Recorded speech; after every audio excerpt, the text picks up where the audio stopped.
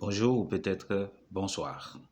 Je réponds au nom de Jonel Dillon, enseignant-chercheur au sein de l'Université d'État d'Haïti depuis 2013. J'enseigne la méthodologie pour ceux qui font leur premier pas au sein de la faculté de droit. Je supervise aussi les travaux des étudiants. J'ai décidé d'ouvrir cette chaîne sur YouTube dans le souci de partager mes idées avec la nouvelle génération particulièrement. Je serai très honoré de passer de très bons moments et de partager des idées avec les jeunes, surtout ceux et celles qui sont sur le point de terminer leurs études, de leur donner des stratégies dans le cadre de la rédaction de leur mémoire de sortie particulièrement, également ceux qui viennent tout juste de pénétrer l'université partout où ils sont, en Haïti ou à travers le monde, dans l'Afrique francophone, de partager mes idées avec eux, justement pour savoir comment s'y prendre quand ils se retrouvent au sein de l'université, au sein des différentes structures universitaires se retrouvant quelque part dans le monde. Aujourd'hui, ma petite intervention va articuler autour de ce qu'est l'université. Il faudrait dire que l'idée de l'université n'est pas à proprement parler une idée très très ancienne. Bon, ancienne par rapport à l'âge de l'univers. Si on voudrait considérer l'âge de l'univers, on peut affirmer que l'idée de l'université n'est pas une idée très très ancienne. Si on regarde l'âge de l'univers, dans un premier temps, et si vous voulez bien, l'âge de la Terre, l'âge de la planète Terre, et par rapport aux premières traces de l'université trouvées dans le monde, particulièrement sur le continent africain, on peut dire que l'idée n'est pas une idée très très ancienne. Parce que les premières universités ou les premières traces d'université qu'on a pu mentionner dans les archives, eh bien, c'est des idées, c'est des traces, on peut dire, qui est là peut-être un petit peu moins, un petit peu peut-être avant le 11e et le 12e siècle. Et l'idée même de l'université commence à prendre corps, à proprement parler, vers le 13e, 14e, 15e siècle, etc. Voilà pourquoi il est très très important de savoir que dès qu'on dit l'université, bon, c'est un espace de savoir où des personnes qui voudraient apporter une contribution au monde eh bien, viennent parfaire leur savoir et leur savoir-faire pour pouvoir permettre à ce monde de faire des avancées. Voilà pourquoi vous allez voir que surtout dans les pays nord, quand une personne a terminé ses études classiques, l'idée première, ce n'est pas de rentrer tout de suite à l'université, mais plutôt peut-être de faire 2 années à faire quelque chose peut-être de très technique pour être opérationnel sur le marché du travail avant même de penser à aller pénétrer l'université en bonne et due forme pour faire des études universitaires. Voilà pourquoi j'avais dit que l'université, c'est peut-être l'endroit où on est venu juste pour pouvoir apporter une contribution, parfaire son savoir et son savoir-faire. Alors, il y a un ensemble d'éléments qui marchent avec l'université. Dès qu'on dit l'université, il y a c'est un appareillage, il y a un ensemble d'éléments qui marchent avec l'université. Et ces éléments-là qui fait de l'université un système. Et bon, pour utiliser un terme mathématique, on parle de système. Et pour parler de système, il faudrait un ensemble d'éléments.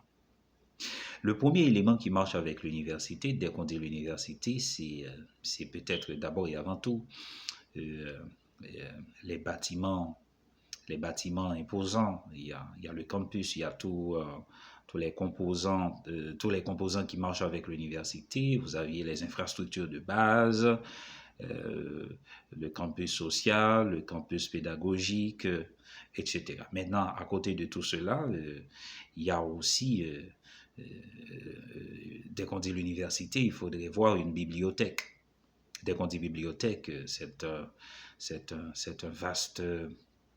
vaste endroit où les différentes filières, les différentes disciplines au sein de l'université où les personnes qui se retrouvent au sein d'une université pourraient se retrouver pour, faire connaissance, aller faire de la connaissance des documents classiques, des documents qui sont là depuis des temps immémoriaux. Aussi, pas que des documents classiques, mais aussi des documents contemporains, justement, pour pouvoir permettre à ces jeunes-là, à ces disciples-là, justement, de faire certaines découvertes sur des idées qui existent déjà quelque part dans des documents classiques. Voilà pourquoi il est tout à fait important et normal pour qu'on puisse, dès qu'on crée une université, avec les éléments de base qui marchent avec tout de suite, s'il faudrait penser à fonder aussi une bibliothèque qui marche avec l'université pour pouvoir permettre aux jeunes, aux étudiants, d'aller faire des découvertes, comprendre comment fonctionnait le monde dans le temps,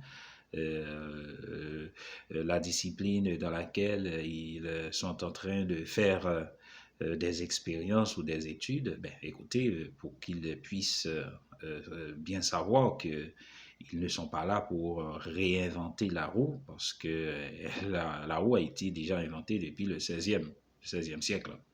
Alors, les idées peut-être sont déjà insérées dans des documents classiques qu'ils doivent peut-être regarder justement pour pouvoir peut-être les améliorer et venir avec des idées nouvelles en partant des idées qui existent déjà. Voilà pourquoi la bibliothèque, c'est très important pour les étudiants. L'autre élément qui marche avec l'université, c'est des centres de recherche. Au sein d'une institution d'enseignement supérieur ou au sein d'une université tout court, il faudrait aussi des centres de recherche. Les centres de recherche sont là justement pour pouvoir permettre aux étudiants dans les différentes disciplines, dans les disciplines respectives, de comprendre comment fonctionne cette discipline-là, qui est un peu différente. C'est pas à proprement parler, parce que là, je dois dire rapidement, une bibliothèque, c'est très large au sein d'une institution. Toutes les filières peuvent se retrouver dans une bibliothèque, mais quand on dit centre de recherche, c'est autre chose.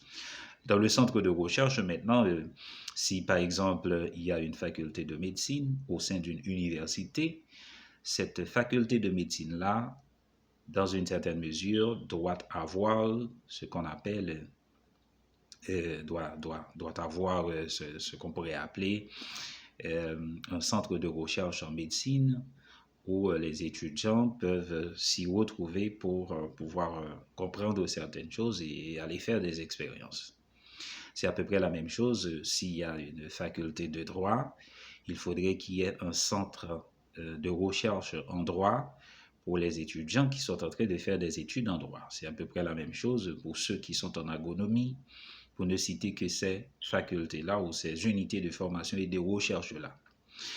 Alors, à côté de tout cela, il faudrait aussi des laboratoires. Bon, quand je parle de laboratoire, il ne faudrait pas prendre le laboratoire dans le sens seulement des sciences pures et dures, c'est-à-dire dans le sens de la science de la science physique pure, ou dans le sens de la chimie ou de la biologie. Et il faudrait voir aussi les personnes qui sont dans des domaines en rapport avec les sciences humaines et sociales. Eh bien, écoutez, on crée aussi des laboratoires pour ces étudiants-là, pour ces chercheurs-là, où ils peuvent se retrouver dans ces centres, dans ces laboratoires-là, qui est un peu différent des centres, des laboratoires où ils peuvent aller faire des expériences pratiques dans les différents domaines respectifs. Voilà pourquoi une université Ce n'est pas seulement les vastes territoires, les bâtiments imposants, c'est aussi des bibliothèques, c'est également des centres de recherche et sans oublier les laboratoires. Et finalement, il y a un élément que je ne saurais ne pas mentionner justement avant de vous quitter. C'est maintenant l'université, c'est également le numérique. À l'ère de la technologie de l'information et de la communication, on ne saurait parler de l'université aujourd'hui sans mettre le numérique au cœur. Le numérique est au cœur de l'université au moment où nous parlons. Et la dernière pandémie, je parle COVID-19, a mis le monde universitaire presque c'était presque la pagaille, où on s'est retrouvé dans des situations extrêmement compliquées, où les universités étaient obligées de fermer leurs portes et on était vraiment dans l'impossibilité d'être en présentiel pour pouvoir dispenser des cours en bonne et due forme. N'était-ce pas la technologie de l'information et de la communication? Certaines universités, ou presque toutes les universités à travers le monde, allaient se retrouver dans l'impossibilité de continuer à travailler. Mais grâce à la technologie de l'information et de la communication, les universités du Nord particulièrement, ils ont pu trouver des stratégies, et certaines universités du Sud, bien entendu, ces universités-là, elles ont pu trouver une stratégie pour pouvoir permettre aux étudiants de continuer à suivre les cours en bonne et due forme sans aucune difficulté. Voilà pourquoi le numérique est aussi au cœur des universités presque partout à travers le monde. Parce que là, quand on regarde ce qui se passe au moment où nous parlons, l'université d'aujourd'hui et l'université de demain, c'est une université qui se caractériser par ou bien les universités doivent se concentrer également sur le numérique pour pouvoir permettre aux étudiants de faire des expériences. Ils n'ont pas besoin, à proprement parler, d'être en présentiel. Ils peuvent être à la fois, s'ils le souhaitent, en présentiel, mais aussi, ils peuvent se retrouver aussi non en présentiel, c'est-à-dire en ligne. Justement, les professeurs peuvent se retrouver dans leur bureau ou juste pour pouvoir dispenser des cours là où ils sont pour pouvoir permettre aux étudiants de mieux appréhender ce nouveau outil-là qu'est le numérique pour faire des avancées sur le plan de l'enseignement supérieur. Ça a été un plaisir et on va continuer les idées. Je serai très honoré d'aborder un autre point avec vous très prochainement. On se dit à bientôt.